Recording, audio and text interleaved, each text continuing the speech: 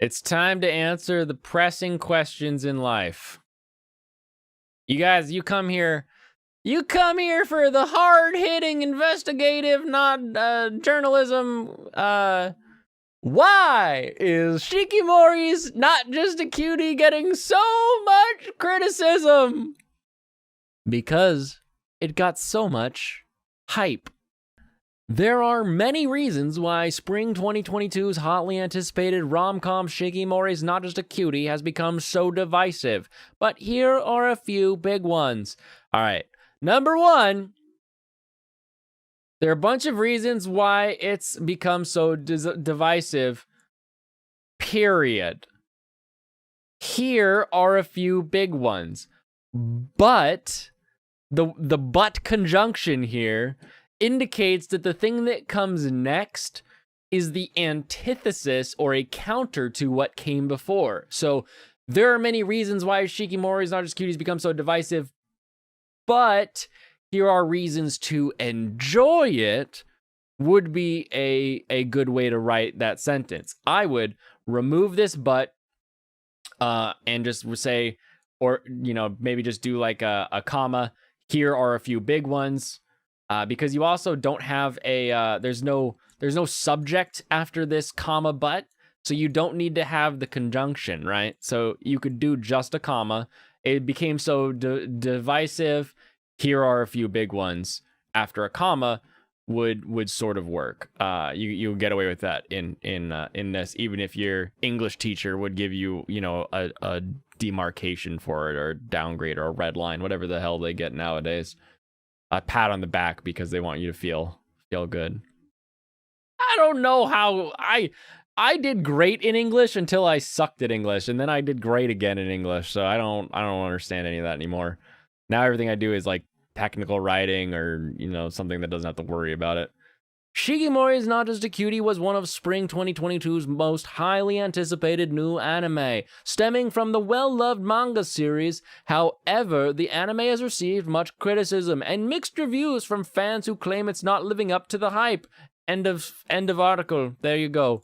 Criticism seem to vary from person to person, but one thing is clear, not everyone seems to like Shikimori as much as Izumi does.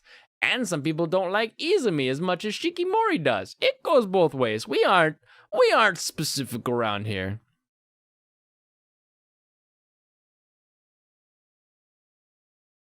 Is it because the characters are too flat? Is there not enough conflict? Yes! Is Shikimori herself just plain too perfect? Yes! There are quite a few reasons why Shikimori is Not Just a Cutie has become so divisive, but here are a few of the biggest. This is such a silly article. This is the funniest one I think I've seen. Oh, in a long time. In a long time. All right, not just too perfect. Number one. A lot of anime's running gags come from Shikimori's perfection, which tends to reach inhuman levels. She's strong, good-looking, athletic, has razor-sharp reflexes that really come in handy when it comes time to protect her boyfriend, Izumi, from anything and everything. But a lot of people, this gag has long since run its course. Many feel Shikimori is long overdue for some character depth outside of just being the perfect girlfriend. Oh, you see me yawning? That's how I feel about Shikimori. She can't cook, though. She's imperfect. She's jealous. Oh, my goodness. We were told this would be the anime of the season, and it just isn't. It just isn't.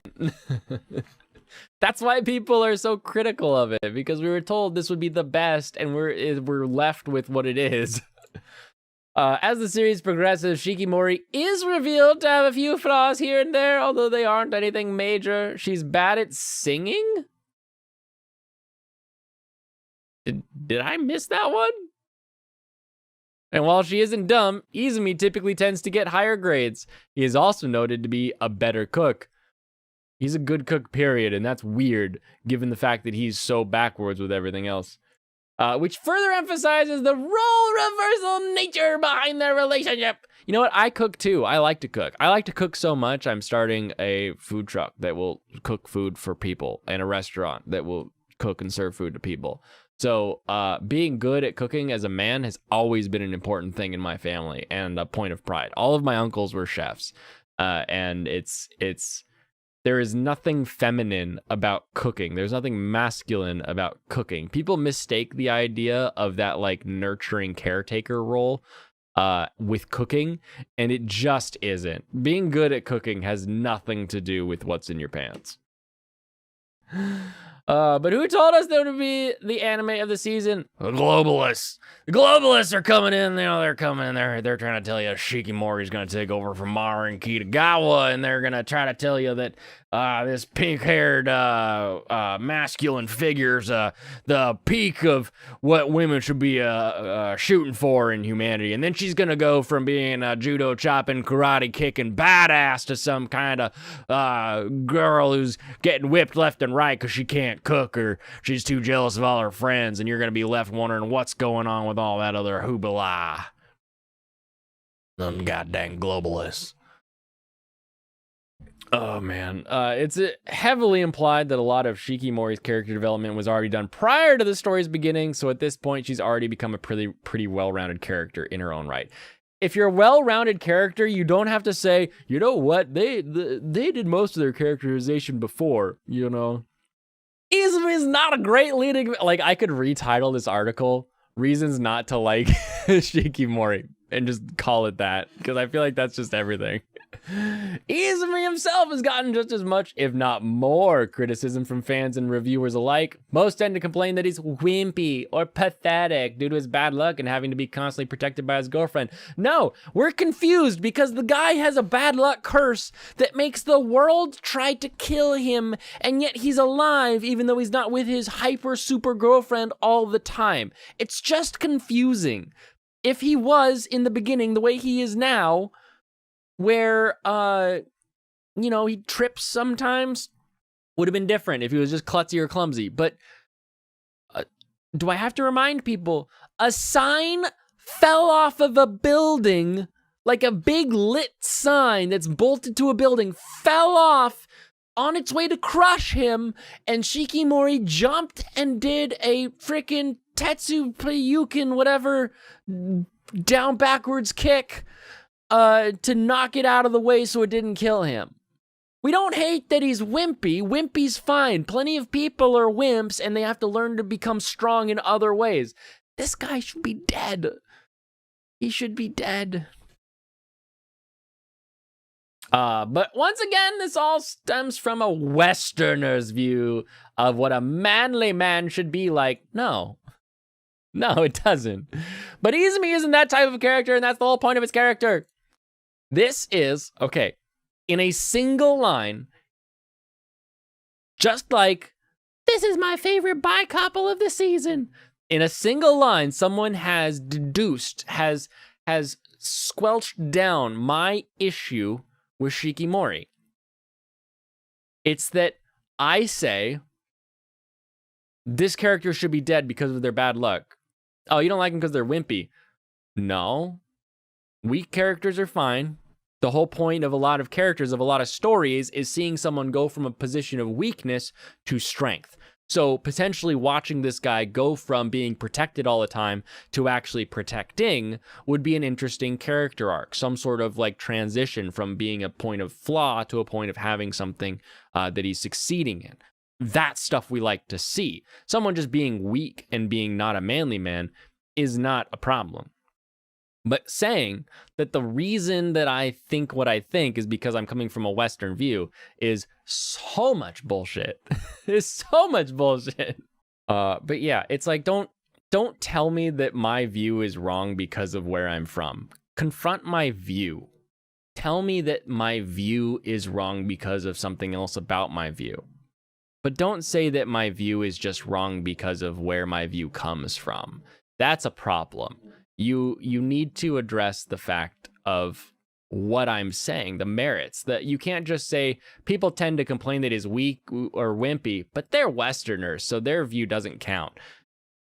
what? Like, why? Why would someone's views not count just because of where they're from or what they grew up with? Like, it doesn't make sense that that's your argument. You should say, like literally remove this line and say, Izumi's not meant to be a manly man. He's meant to be weak or wimpy, to have the world being against him, because then he can grow through those problems. Like, write something like that. Like, this is literally the problem.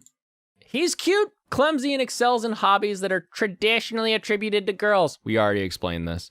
Like cooking and seamstressing, but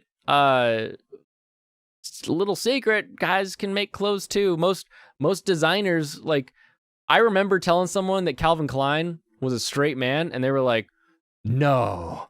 I was like, yeah, Calvin Klein's a straight dude.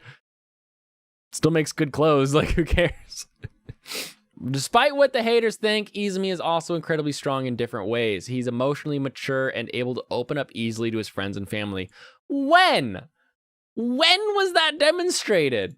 Which saves him from getting into ridiculous misunderstandings that so many others get themselves into due to their own emotional immaturity.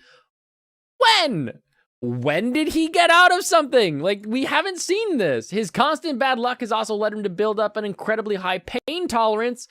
We haven't seen that because he cries every time he gets hit, to the point where his head bleeding out doesn't even garner a reaction anymore. Again, there's gotta be something going on. Like, I must be watching something different because these people talk about a show that I don't remember. Izumi is shamelessly moe, who gives a crap in a way that isn't often seen in male leads, even within shoujo titles, but he still has enough independence to spare him from being labeled as a plain old moe blob. He's not shaped like a moe blob. Izumi is ultimately meant to play the role of cute shoujo heroine to Shikimori's cool ikemen hero.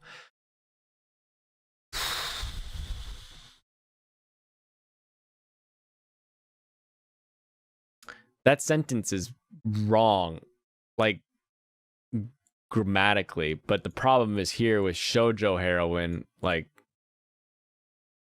and ikemen. Like, those are specifically gendered languages. Like, there's words for cool girl and there's words for princess guy, but those aren't them. And that's what makes them such a fun complementary pair. They're just not. Your article is boring about a boring show. There's no conflict to get invested in. Oh, I'm gonna burn this article real quick here. Sweet slice of life rom-com. There isn't much conflict to be had, as Shikimori and Izumi are already established as a couple from the get-go. There's no lead up to a confession, no will they, won't they, no awkward first dates. Even as a couple, there's not much conflict between them. Shikimori gets a little jealous sometimes, while Izumi can be a little insecure, and by the end of the day, they're always able to reassure each other of their love and one another, so those moments of weakness never get the better of them. For some, just makes them seem boring and static as a couple, but for others, particularly those who are burned out from all the usual drama found in teenage romances, Shikimori and Izumi's wholesome relationship is a welcome breath of fresh air. That is boring. Even in a relationship where you're both already in a relationship, there is drama, there is conflict, there are things that, like, oh, you left your underwear on the ground. Oh, you just put it in the laundry basket. You know what it means with that on the ground. I don't want to touch your underwear. Blah, blah, blah. You're going to touch it when you do the laundry anyway. Like, conflict happens. At least give us some conflict.